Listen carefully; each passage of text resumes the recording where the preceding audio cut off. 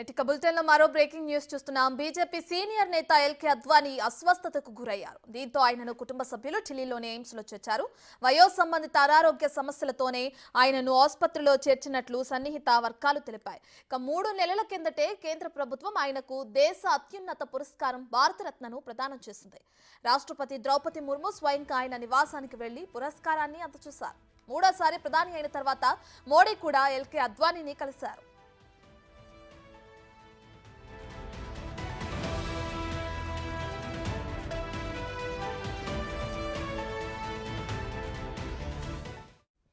నెలల కిందటే కేంద్ర ప్రభుత్వం ఆయనకు దేశ అత్యున్నత పురస్కారం భారతరత్నను ప్రదానం చేసింది.